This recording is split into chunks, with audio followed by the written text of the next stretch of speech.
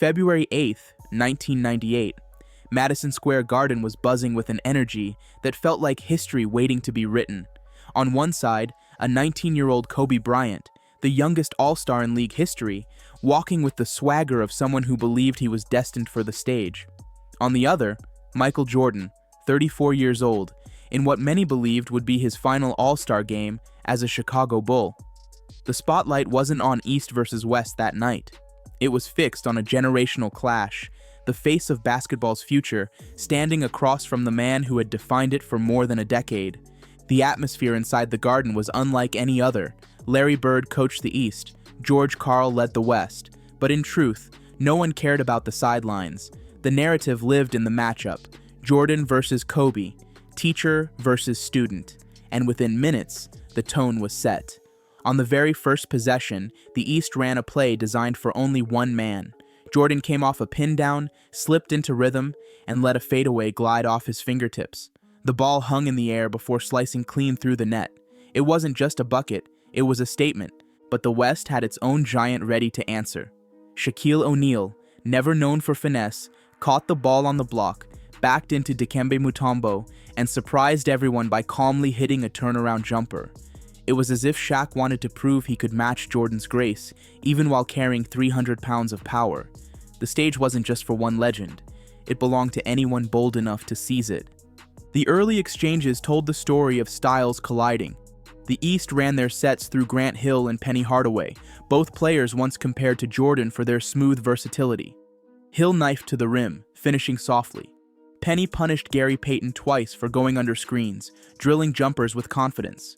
But then the game's first seismic jolt came from the kid in purple and gold. Gary Payton found Kobe trailing in transition, and the teenager rose, twisting into a 360 dunk that sent Madison Square Garden into chaos. Seconds later, Kobe soared again, this time catching an alley-oop from Kevin Garnett. He was fearless, electric, and loud enough to make everyone wonder if this was already his league to take. That's when Jordan reminded everyone whose court it really was. After Grant Hill missed on a fast break, Jordan came crashing in, elevating above a forest of bodies and hammering home a violent putback slam. The crowd erupted as if time had rewound to the early 90s. And then came the moment fans had begged for, Jordan isolating against Kobe. The first duel ended with a fadeaway over the rookie's outstretched arm. The second brought the same result, this time with a foul added in. Vintage Jordan. Calm, surgical, unstoppable. It wasn't just a bucket.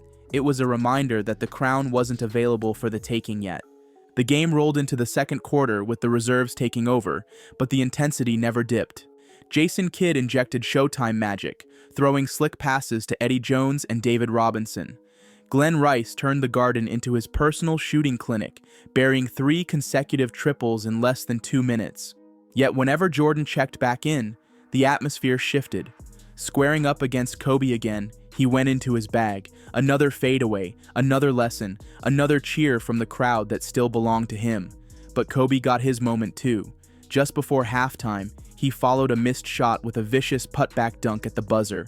The roar that left his chest carried a message of its own. He wasn't backing down from the throne. The third quarter lit the building on fire. Kevin Garnett delivered a windmill dunk that rattled the rim. Shaq threw down a one-handed slam that shook the floor, and then the duel reignited.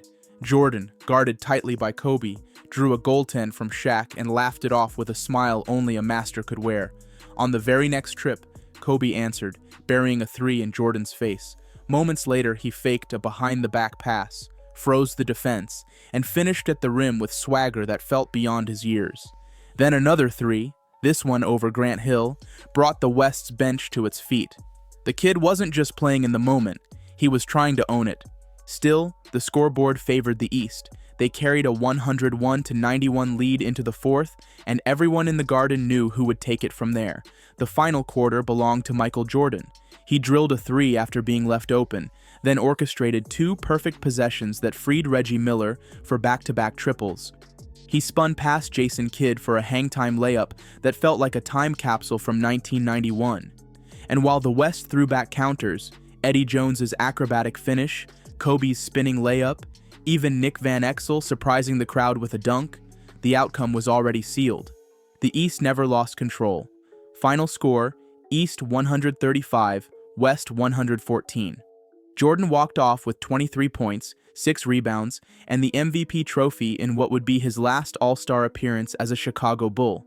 Kobe had his flashes, Shaq had his power, but Jordan had mastery. The apprentice had shown glimpses of what he could be, but the master still ruled the moment. That night at Madison Square Garden wasn't just an all-star game, it was a snapshot of basketball's passing of the torch. Kobe would become the future, no doubt. But on February 8, 1998, the future had to wait. Michael Jordan was still the king.